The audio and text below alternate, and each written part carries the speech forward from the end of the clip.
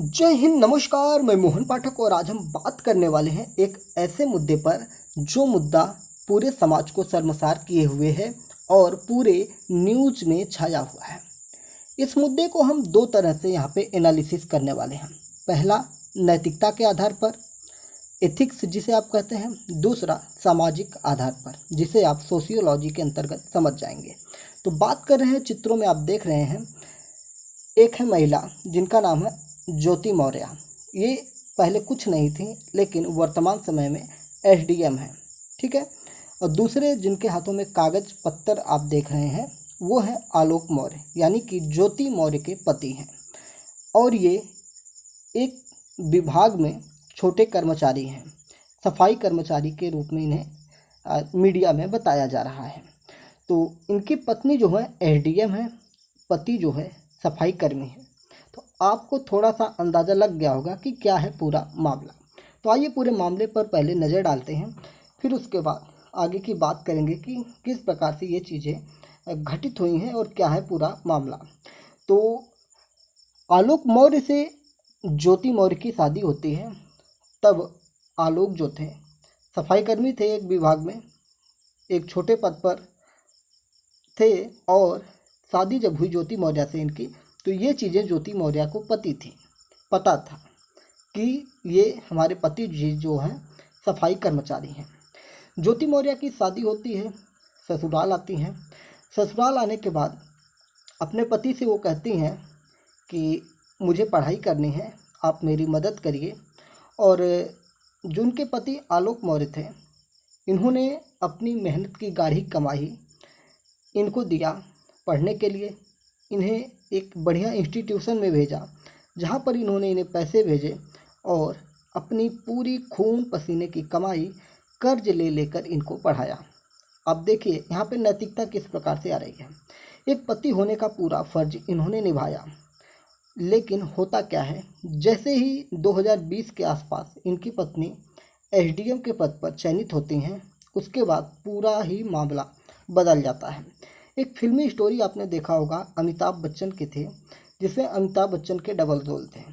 हीरा ठाकुर वाली कहानी आपने सुना होगा, जिसमें जो उनके पिता थे अमिताभ बच्चन के, यानी कि अमिताभ बच्चन के पिता ही अमिताभ बच्चन बने हुए थे। तो वो एक बहुत बड़े रईस थे और उनका बेटा जो था पढ़ने में कमज़ोर था, तो उसे घर के काम करवाए जाते थे। तो लेकिन एक लड़की की उन पर निगाह पड़ती है और वो दोनों भागकर शादी कर लेते हैं।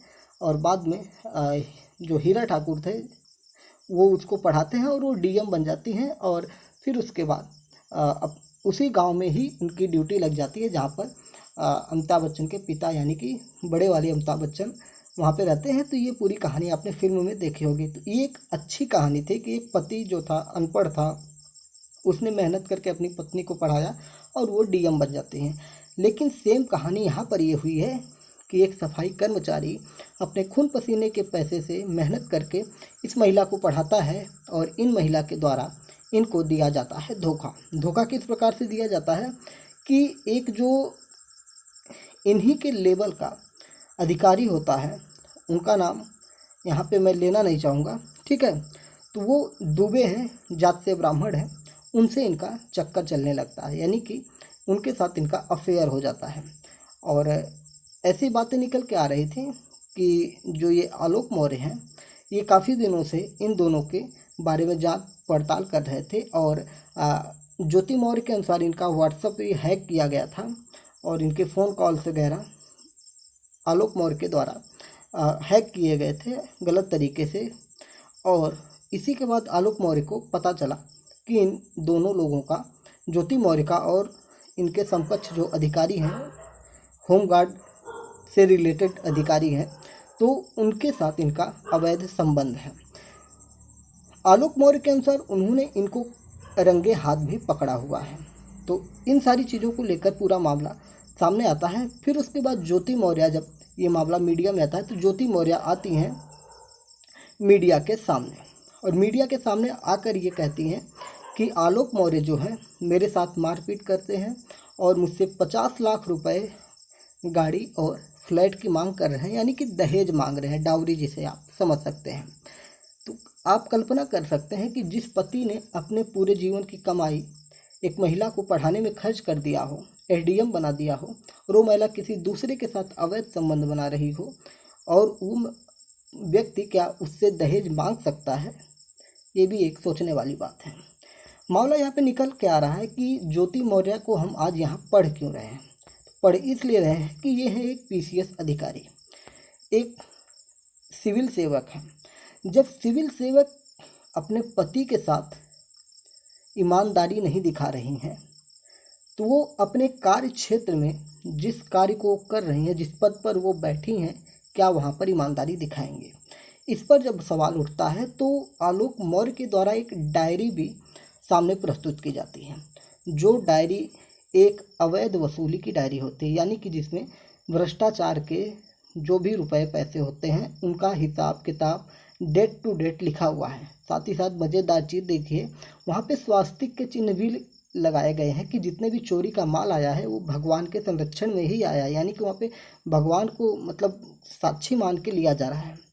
तो इस मामले में ज्योति मौर्य पर तो भविष्य में जांच बैठेगी और कार्यवाही जरूर होगी, और नैतिकता जो यहाँ पे है पूरी तार तार हुई है। एक पति जो है वो अपनी पत्नी को पढ़ाता है और वो पत्नी दूसरे के साथ अवैध संबंध बनाती है, बाद में उस पति को हीन देखती है, नीचता दिखाती है कि अब तुम मेरे लेवल के नहीं हो, और उससे तलाक लेने की बात करती है। साथ ही साथ उनके ऊपर एफआईआर दर्ज करवाती है, दहेज जैसे आरोप लगाती है।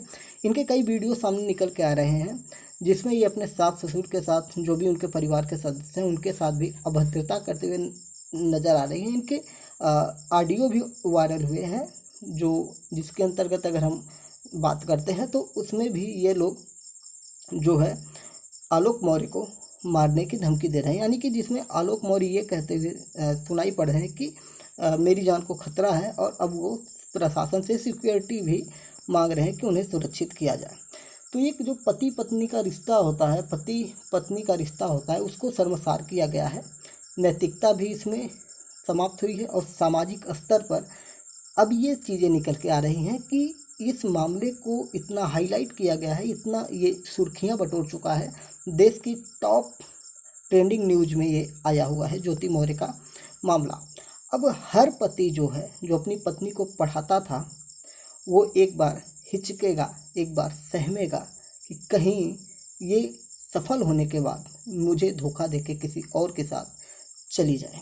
चलिए बात करते हैं उस व्यक्ति के साथ जिनके साथ इनका अफेयर चल रहा है। उस व्यक्ति की अगर बात की जाए तो ऐसा निकल के आ रहा है कि वो जो व्यक्ति है, जो होमगार्ड से रिलेटेड अधिकारी है, उसके ऊपर जो प्रशासन की छानबीन निकल के आ रही है, उसमें बताया जा रहा है कि ये एक ट्रैप करता है। फेसबुक के, व्हाट्सएप से या अन्य माध्यमों से कई लड़कियों के साथ इनके अवैध संबंध बताए जा रहे हैं, जो कि अब इस मामले में उनके ऊपर कार्रवाई होना सुनिश्चित किया जा सकता है। तो ये है ज्योति मौर्य, जो पूरे समाज को आज क्या बताएं इनके बारे में, हम तो कुछ कह नहीं सकते भाई। लेकिन अगर हम बात करें संवैधानिक रूप से, जो हमारे संविधान में कानून है, उसके हिसाब से बात करेंगे तो ज्योति मौर्य के ऊपर कार्रवाई होनी तय है।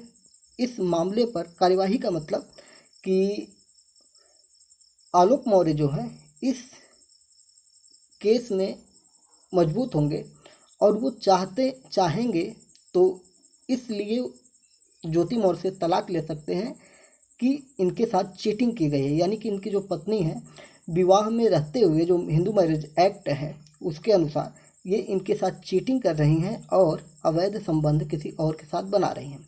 जबकि अगर हम बात करें तो संविधान में ये भी वर्णित है, जो अभी सुप्रीम कोर्ट के हालिया कई फैसले ऐसे आए हैं जिनमें ये बताया गया है कि कोई भी महिला अपनी मर्जी के साथ किसी अन्य, यानी कि शादीशुदा होते हुए भी किसी गैर पुरुष के साथ संबंध बना सकती है।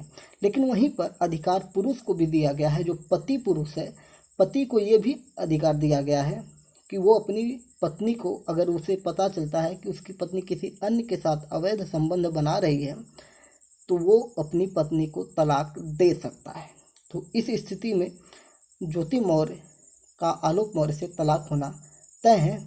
लेकिन ज्योति मौर्य ने जो किया है ये समाज के लिए एक बहुत ही प्रश्न चिन्ह उठ चुका है कि पतियों द्वारा अब पत्नियों को पढ़ाने पर बहुत ही असर पड़ने वाला है। इससे बहुत सारे ऐसे लोग होंगे जो अब अपनी पत्नियों को अब पढ़ाने से हिचकेंगे या जो भी चीज़ें हैं, लेकिन एक बहुत ही बुरा मैसेज इसमें निकल के आया हुआ है। तो ये थी ज्योति मौर्य और आलोक मौर्य की पूरी कहानी, जो मैंने हूबहू जो स्टोरी आप न्यूज़ समाचार पत्रों में देख रहे हैं उसी को बताने की कोशिश की है, कुछ भी अलग से ऐड नहीं किया है। बाकी नैतिकता के हिसाब से और सामाजिक हिसाब से ये मामला बहुत ही संवेदनशील मामला है। खैर, आलोक मौर्य अगर ये कह रहे हैं कि उनके ऊपर जान से मारने की बातें निकल के आ रही हैं, तो प्रशासन को इनको सुरक्षा देनी चाहिए। और ज्योति मौर्य, जहां अगर हम प्रथम दृष्टि में देखें तो ज्योति मौर्य यहाँ पे थोड़ा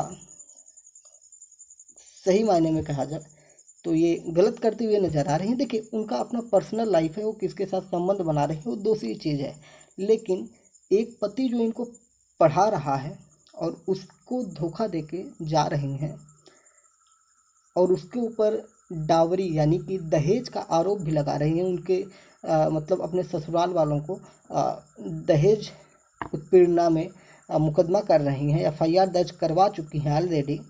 तो ये कहीं ना कहीं बहुत ही ज़्यादा संवेदनशील मुद्दा बन जाता है। उम्मीद है कि आपको ये पूरी स्टोरी समझ में आई होगी। इस स्टोरी को हम ले नहीं रहे थे, काफ़ी दिनों से इसकी चर्चा चल रही थी, लेकिन मामला जब सर से ऊपर निकल गया तो इसको अब हमारे जो एग्ज़ाम पॉइंट्स ऑफ व्यू से होते हैं उसमें इसका आना तय है। GS 4 में इसका जिक्र हो सकता है। तो उम्मीद है कि आपको चीज़ें समझ में आई होंगी। तो चलिए फिर कल मिलते हैं अगले किसी महत्वपूर्ण टॉपिक को लेकर।